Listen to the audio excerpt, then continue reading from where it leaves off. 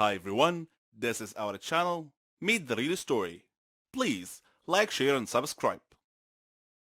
This time, you get to know the truth about the haunted piano. I left. I went to work. Then I came home and went to bed. Everything was back to normal, just as I told myself it was. Music started playing again. That's when it hit me. This was not paranormal. It couldn't be. It was a cheap trick. Margaret must have programmed the piano to play itself. It was just a prank. A laugh at my expense. That's why the damn thing was free. I ran downstairs to solve the mystery once and for all. Like clockwork. As soon as my foot touched the bottom step, the piano stopped playing. I walked over to it, confident in my new theory. Upon opening it up and exploring all of it, I was surprised by what I saw. It was just a normal piano.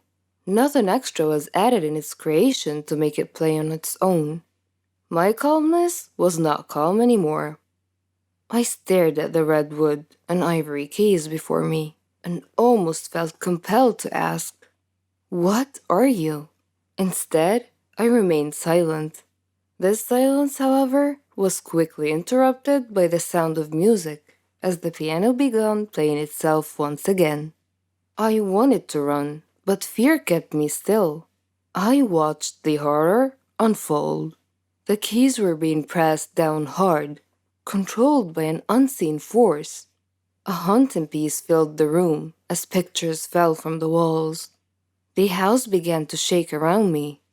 My eyes darted back and forth in fear. But then I noticed something outside.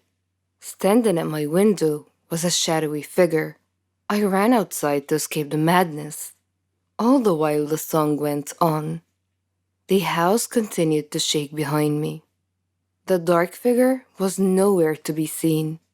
Margaret has not rigged the piano to play on its own, but I was not losing my marbles either.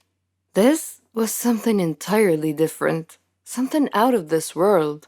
All at once, the music stopped playing, and the world around me with it. No wind, no cars, no animals, and no people. Nothing. It was the middle of the night at this point. But where were the crickets, the frogs, or even the trees? Where was life outside my home? A little exploration revealed that I was truly by myself. Every living creature in the world had disappeared. What the hell was going on? Why was this happening? I returned home, hoping for answers, but instead, I saw an unsettling sight. It was so dark, I almost didn't see it. Standing completely still next to the piano was the same silhouette from my window.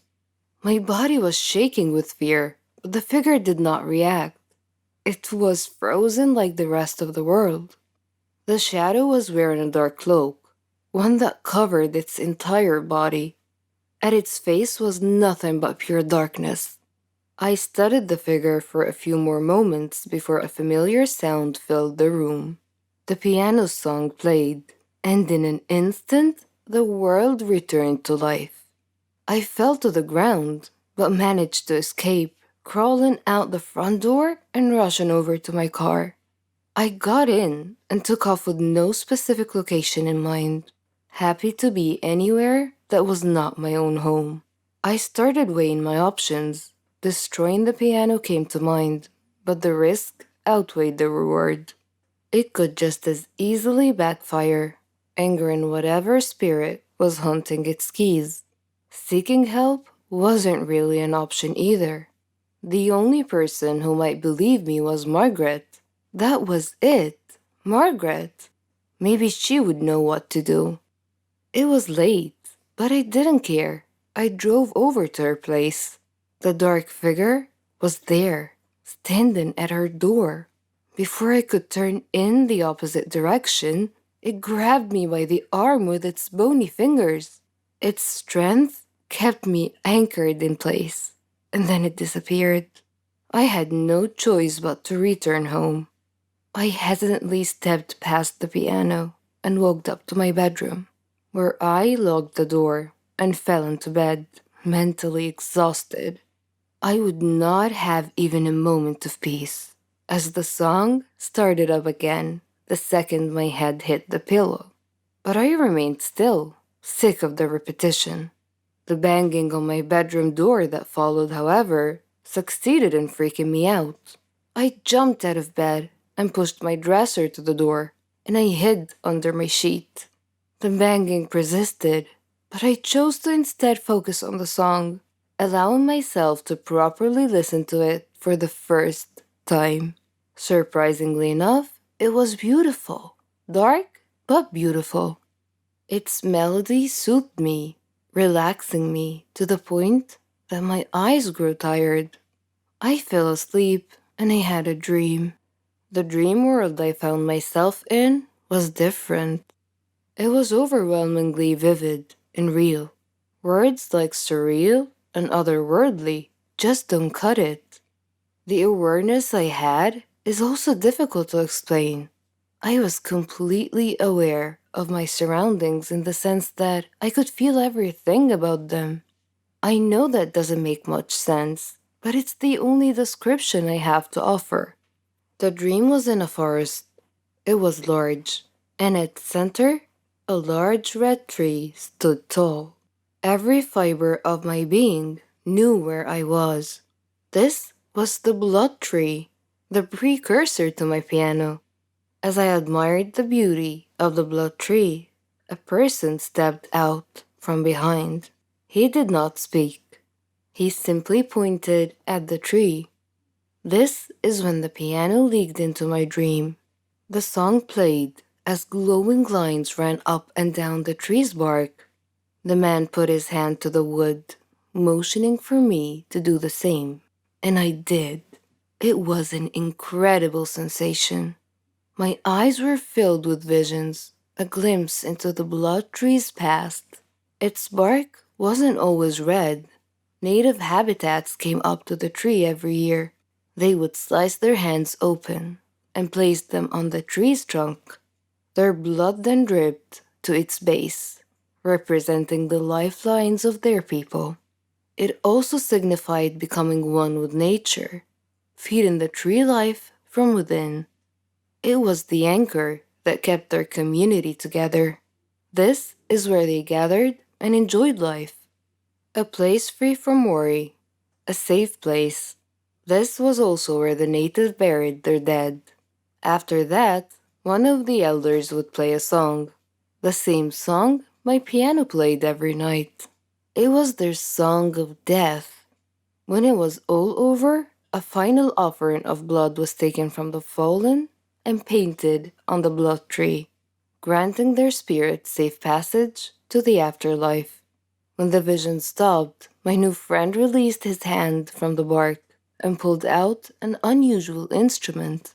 He began playing the song of death, but then stopped. He handed it to me and motioned for me to play instead. I wasn't sure what he was up to, but felt no need to deny his wishes.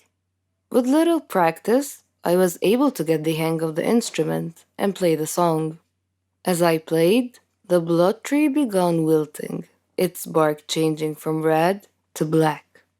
My friend was ecstatic. For one reason or another, this is what he wanted.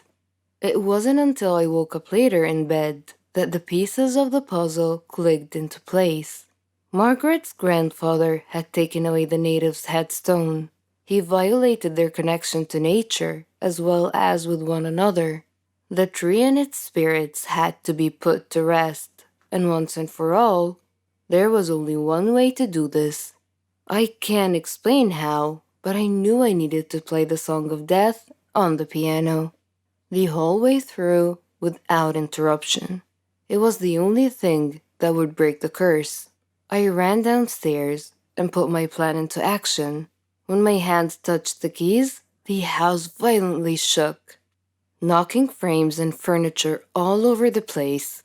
I kept my composure. Out of the corner of my eye, I saw the dark figure standing at my window again. Still, I continued. I had an obligation to preserve, if not for the tree or its ghosts, then for myself. The nightmare had to end. They roamed around the room, sometimes next to me, other times breathing down my neck. I paid no attention on the outside, but my bones were shaking. I had come too far to lose my balance now. Just as the shadowy figure sat next to me at the piano, I struck the final note of the song. The madness around me stopped. I turned to the figure beside me, and it was the native from my dream. He threw me a thankful smile before vanishing. My work was done. Months have passed, and the piano remains in my living room, quieter than it's ever been before. I even play it from time to time. If there's one thing you can take away from my experience, it's to be mindful of